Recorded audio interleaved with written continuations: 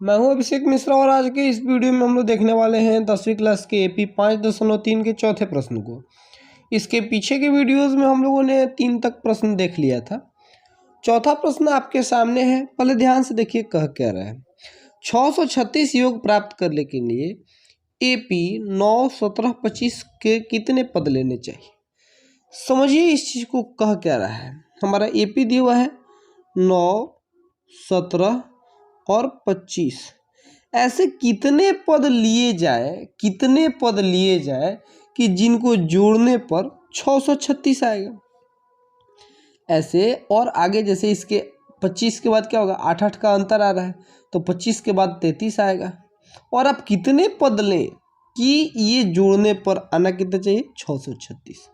ये जो इन्फॉर्मेशन हमें दिया हुआ है उसको लिखते हैं। सबसे पहले हमें दिया हुआ है ए का मान पहला पद 9 दिया हुआ है, ए का मान 9 लिख लिए। और डी का मान हमें निकालना पड़ेगा, तो डी आपको पता है A2 - A1 होता है। तो A2 में से A1 घटाएंगे यानी कि 17 में से 9 घटाएंगे तो हमें 8 मिल गया। हमें डी मिल गया 8 और ए मिल गया 9। डी और ए जब हमें मिल गया, और एक और बात दे रखिए, ध्यान से देखिए, योग सबको जोड़ने पर कितना आना चाहिए, 636 आना चाहिए।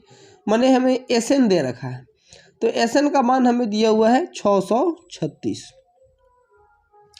सॉल्व करते हैं इसको। एसएन 636 दिया हुआ है। हमारा फॉर्मूला होता है, एसएन दिया हुआ तो एसएन वाला ही फॉर्मूला लगेगा। एसएन बराबर चूंकि लिखते हैं हमेशा, फॉर्मूला लिखने से पहले चूंकि लिखते हैं n/2 × 2a + n-1 × d।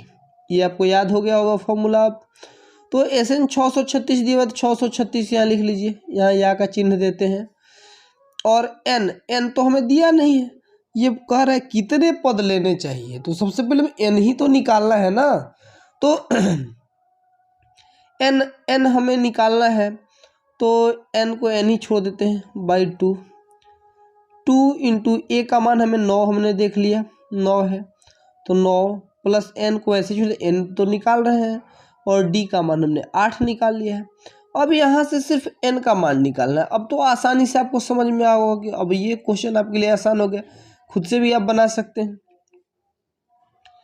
या ये बटा का 2 है, इधर आएगा तो गुना का 2 हो जाएगा, तो 636 और गुना 2 बराबर ये 9 दूना 18 हो जाएगा, 9 दूना 18। और इधर एन बचा हुआ है तो 18 में एन से गुना करेंगे तो 18 एन, और प्लस मतलब ये पहले कर लेना चाहिए था, कोई बात नहीं। 8 में एन से गुना करोगे तो 8 एन होगा। मैं एक काम करता हूँ, इस एन को यहीं पे छोड़ देता हूँ। एन 2 इधर चला गया, एन को छोड़ दीजिए, अगले स्टेप पे करेंगे। एक स्टेप घटा देंगे, कहीं आप लोग को समझ में नहीं आया तो 9 दूना 18, और प्लस 8 में एन से करेंगे तो 8 एन, और 8 में 1 से करेंगे तो -8। ये मैं डायरेक्ट कर रहा था लेकिन मैंने फिर छोड़ दिया, क्योंकि अगर हो सकता है आपको समझने में दिक्कत हो जाए। तो 636 में से 2 से आप जब गुना करेंगे तो आपका आएगा 1272, और 1272 और n से जब गुना करेंगे तो 18n, और प्लस 8n में n से गुना करेंगे तो 8n², है ना। ये सब तो छोटी छोटी बातें हैं, आपको पता होंगी। और n से जब -8 में गुना करते हैं तो -8n। ये इस प्रकार हमें एक समीकरण मिलेगा। क्या समीकरण मिलेगा कि 18n में से 8n घटा देते हैं। पहले इस 8n² को 8n² लिख दीजिए, और 18n में से 8n घटाएंगे तो प्लस 10n बचेगा। ठीक है, बड़े वाले का चिन्ह होता है। और ये प्लस का 1272 है, उधर जाएगा तो माइनस का 1272 बचेगा, 1272। और इधर क्या बच गया, 0 बच गया, तो हम इधर 0 लिख देते हैं। सर आप बोल रहे इधर 0 बचा, आप उस साइड 0 लिख रहे हैं, हमने उलट दिया ना। हमने इधर को इधर कर दिया और इधर को इधर कर दिया। जब दोनों उलटते हैं तो कोई चिन्ह नहीं बदलता। हाँ, लेकिन इसको सिर्फ इधर से उधर ले गए हैं तो प्लस से माइनस में हमने कर दिया। बाकी सब चीज़ का आंसर मतलब चिन्ह सेम रहा है। यहाँ plus 18n -8n plus 10n होगा। अब यहाँ से क्या करेंगे, हम कलर बदलता हूँ मैं। 8n² है, इसमें से कॉमन निकाल लेते हैं। कॉमन क्या निकालेंगे, 2 कॉमन निकल जाएगा, 2 कॉमन निकल जाएगा तो n² प्लस 10 में से 2 निकल गया है, यहाँ 4n², माफ़ कीजिएगा 4n² यहाँ बचेगा, 2 ही कॉमन निकलेगा ना। अब प्लस 5n और माइनस ये जो 1272 था ये 636 हो जाएगा फिर से, और बराबर इधर बचा 0। यहाँ ये दोनों को घेर देते हैं जिसमें से कॉमन निकला है। अब ये दो इधर गुना में है तो इधर जाएगा तो भाग में हो जाएगा, और 0 में 2 से भाग देंगे तो 0 ही हो जाएगा।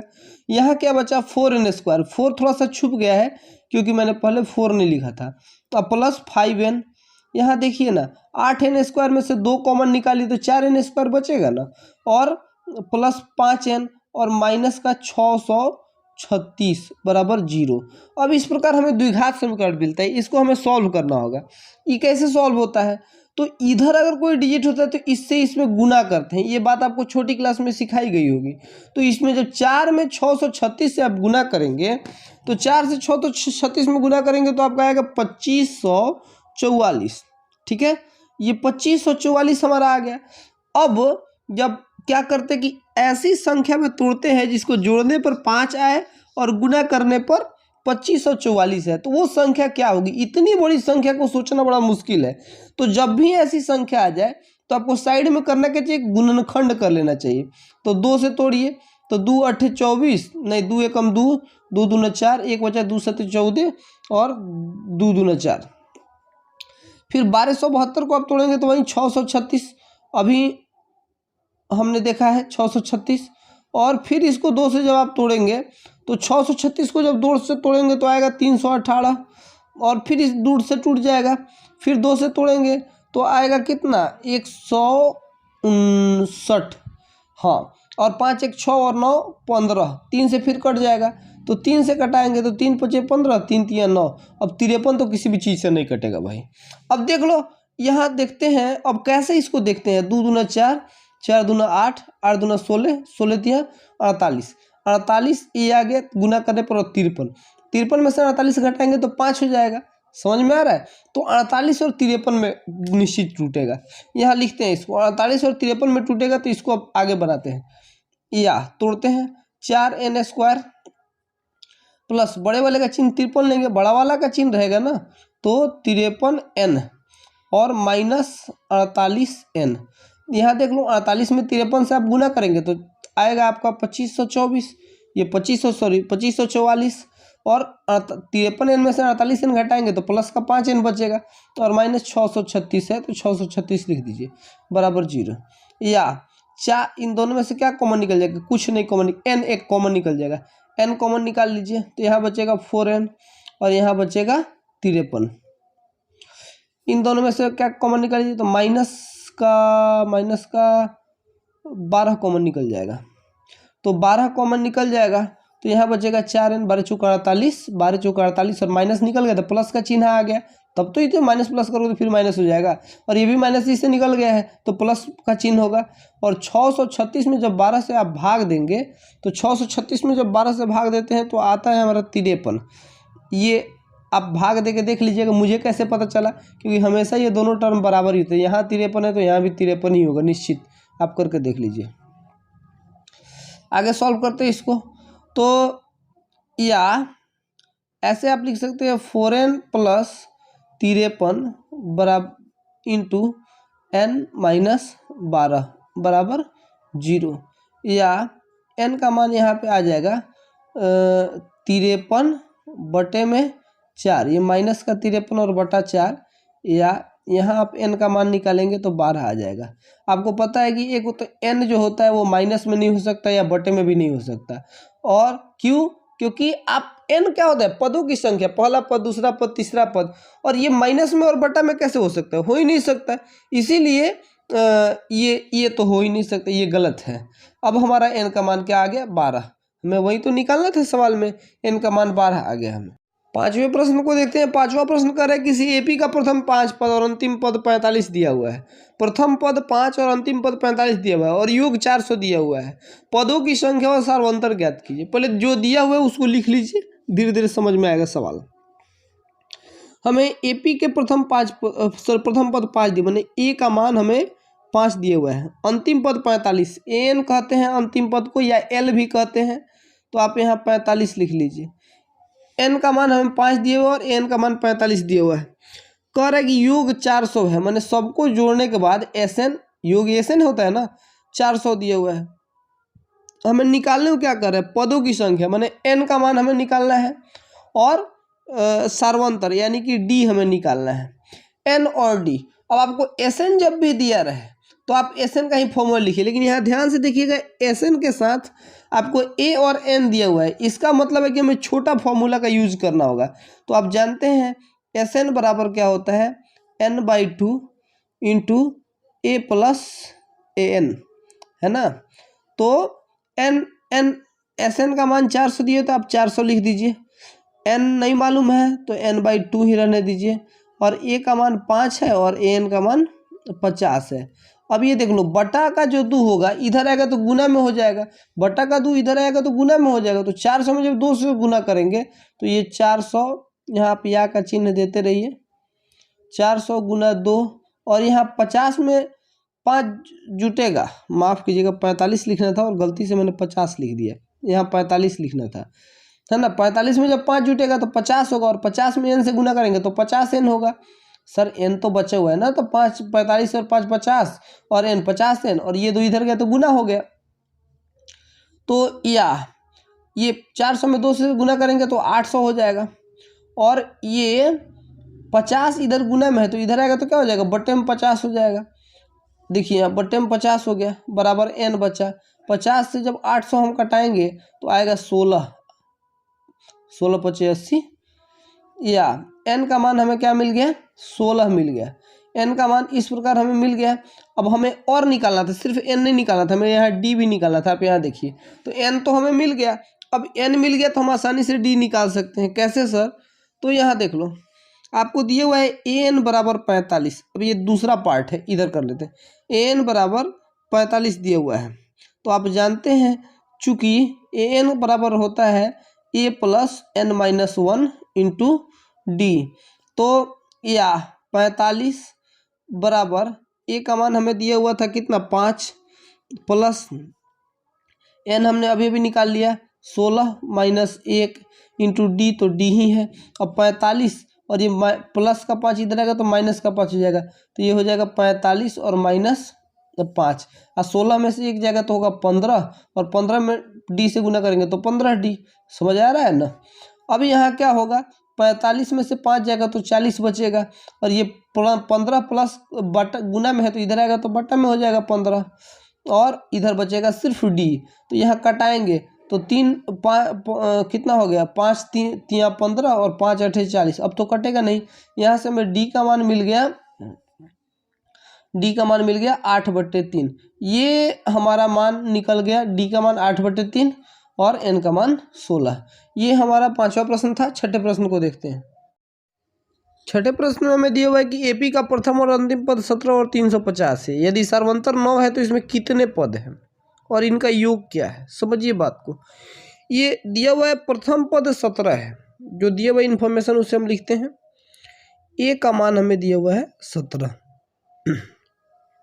और अंतिम पद यानी कि एन को दिया हुआ है 350।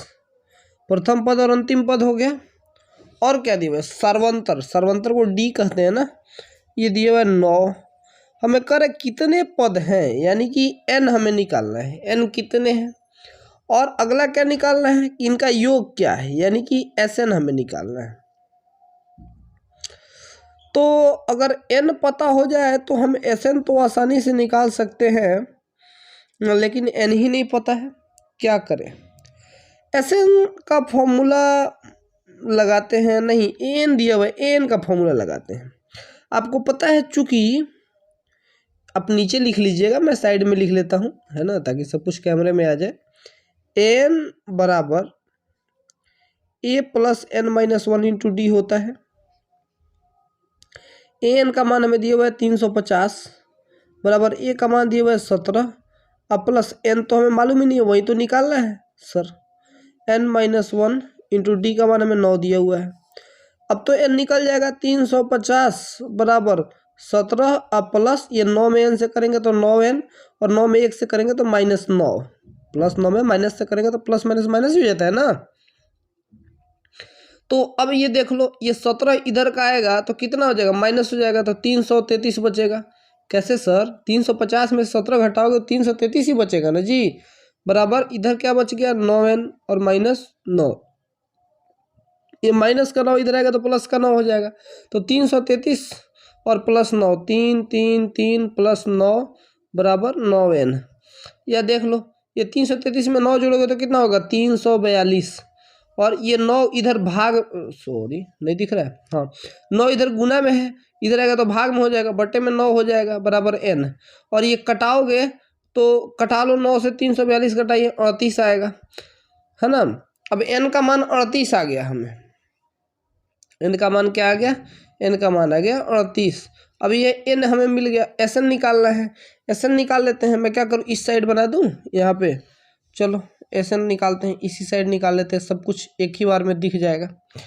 Sn देखिए, Sn का फॉर्मूला होता है, चूंकि लिखते हैं फॉर्मूला लगाने से पहले, Sn बराबर, काले पेन का मैं इस्तेमाल कर लेता हूँ, डार्क दिखेगा। Sn बराबर होता है an दिया हुआ और a दिया हुआ है, तो n/2 into A plus an, यही फॉर्मूला लगाते हैं, आसानी से निकल जाता है ना।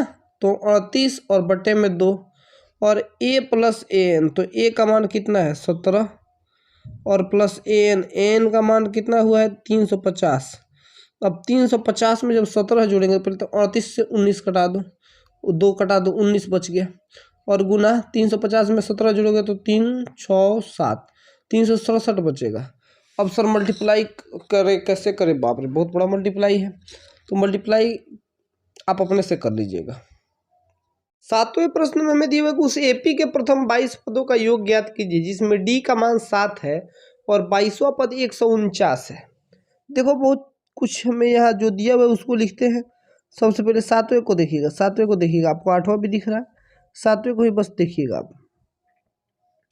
जो दिया हुआ है उस इंफॉर्मेशन को पहले लिखिए, पिछला पेज भी दिख रहा है, दिया हुआ है उस इंफॉर्मेशन को आप लिखिए। क्या दिया हुआ है, n का मान 22 दिया हुआ है, n का मान 22 दिया, 22 पदों का योग ज्ञात करना है, तो n का मान हमें पहले ही 22 दे दिया। n का मान जब हमें 22 दिया हुआ है, और क्या दिया हुआ है सर, तो d का मान 7 दिया हुआ है, सीधे सीधे लिख दिया, d का मान 7 है, सर्वंतर 7 है, और 22वां पद मैंने a22 दिया हुआ है 149। अब यहाँ से आपको निकल जाएगा, आप जानते हैं चूँकि a22 बराबर a प्लस 21d होता है, पता है ना, n-1 इंटू डी होता है, ये 2 लिख दिया मैंने, 22 लिखना था, तो a22 के जगह पे आप 149 लिख सकते हैं, बराबर a का मान सर नहीं मालूम है, वही तो निकालना है, प्लस 21d, तो 21 और इंटू डी का मान हमें 7 दिया हुआ है, या इधर 149 बराबर a प्लस 21 में जब 7 से गुना करते हैं तो आता है 147, ठीक है, 7 एकम 7, 7 दूना 14, 147 जब इधर आएगा तो 149 और माइनस का 147 हो जाएगा, प्लस का 47 है, तो बराबर a, यानी कि a का मान हमें यहाँ पे निकल गया 2, a का मान हमें 2 निकल गया। अब क्या निकालना था, सवाल में पढ़िए, कह रहा है कि 22वां पद 149 है, तो क्या करना है, प्रथम s 22 मैंने 22 पदों का योग निकालना है, तो a निकल गया, d निकल गया, और an मालूम है, तो हम क्या करें, s22 प्रथम 22 पदों का योग निकालना है। तो आप जानते हैं चूंकि Sn बराबर क्या होता है, n/2 into a plus an, छोटा फॉर्मूला, तो Sn का मान क्या रख दीजिए, Sn के जगह पे Sn तो निकालना है सर ना, इसीलिए s22 है ना, बराबर n/2, तो 22/2, और a का मान कितना निकाला है हमने 2, और an का मान तो 149 दिया हुआ है। अब आप 22 में 11 की 2 से भाग दिए तो 11 बचेगा, और 149 में जब 2 आप जोड़िएगा तो आएगा कितना 151। अब 151 में 11 से गुना करना है, कर लीजिए, 1 6 6 1 आएगा, ठीक है, करके आप अपना चेक कर लीजिएगा। उस एपी के 51 पदों का योग ज्ञात कीजिए जिसके दूसरे और तीसरे पद 14 और 18 है। ये तो पिछले चैप्टर का क्वेश्चन लगता है, गलती से यहाँ आ गया है। चलो देखते हैं, ऐसा क्वेश्चन हमने पिछले चैप्टर में किया था। जो इन्फॉर्मेशन दिया हुआ है उसको लिखते हैं। A2 बराबर दिया हुआ है 14, दूसरे और तीसरे पद क्रमशः 14 और 18 है। तो यानी कि A2 बराबर 14 दिया हुआ है और A3 बराबर क्या दिया हुआ है, A3 बराबर 18 दिया हुआ है। तो एक तो आप A2 को A प्लस डी बराबर 14 लिख सकते हो और A3 को A प्लस 2D बराबर 14। मुझे एक आइडिया आ रहा है, वहाँ से हमको D का ही तो मान निकालना है ना। तो D का मान निकालना है तो आपको पता है D बराबर सर होता है A3 माइनस A2 कर लेंगे तो D निकल जाएगा। आगे वाले पद में पिछला घटा लेंगे तो D निकल जाएगा। तो 18 में से 14 घटा लीजिए बराबर 4। मैंने एक और विधि आपको बताया, ये A2 को आप A प्लस डी लिख लीजिए बराबर 14, A3 को A प्लस 2D बराबर 14, 18। दोनों को विलोपन विधि से A से A कटा दीजिए और D का मान निकाल लीजिए। आंसर सेम टू सेम आएगा, परंतु ये सबसे छोटी विधि है, सबसे शॉर्टकट विधि। अचानक मेरे ध्यान में आया कि ऐसे भी तो बना सकते हैं। तो यहाँ पे आपको D का मान निकल गया 4। अब D का मान निकल गया तो आपको A2 को आप लिख सकते हैं, चूंकि दिया हुआ है ना, चूंकि दिया हुआ है A2 बराबर 14 है ना, A2 बराबर 14 यहाँ लिख दीजिए, दिया है हमें सवाल में दे रखा है ना। अब A2 बराबर 14 जब दिया हुआ है तो A2 को आप A प्लस डी लिख सकते हैं ना बराबर 14। तो A अब प्लस डी का मान आपने अभी भी 4 निकाल लिया बराबर 14। तो यहाँ से A का मान आपको मिल जाएगा 14 और प्लस का 4 जाएगा तो माइनस का 4 बराबर 10 है ना। A का मान मिल गया हमें 10। तो क्या कह रहा था 8वां प्रश्न कि प्रथम 51 पदों का योग ज्ञात कीजिए। हमें A का मान मिल गया 10 और D का मान मिल गया 4। तो 51 पदों का योग यानी कि हमें S51 ज्ञात करना है। S51 ज्ञात करना है। आप जानते हैं SN बराबर होता है A प्लस N/2 इन, माफ़ कीजिए गलती हो गई यहाँ पे, मैं अलग लिख देता हूँ। चूँकि SN बराबर होता है N/2 into 2A plus N-1 into D, ठीक है। तो S51 इसीलिए S51 निकालना है हमें। S51 बराबर 51/2 और गुना 2 इंटू A का मान हमने अभी भी 10 निकाला, तो 10 प्लस N मालूम है ना 51 है, तो 51 और में से 1 घटा लेंगे और D का मान भी हमें मालूम है, हमने निकाला है 4। ये अब देख लो 51/2 अभी कटेगा नहीं तो इसको ऐसे ही छोड़ दो, छेड़छाड़ मत करो। और 2 दहा के 20 हो गया और प्लस 51 में से 1 जाएगा तो 50, 50 चौका 200 होता है ना, 50 चौका 200, हाँ ठीक है, बराबर 51/2 और गुना 220, 2 से कटा लो 110 हो जाएगा।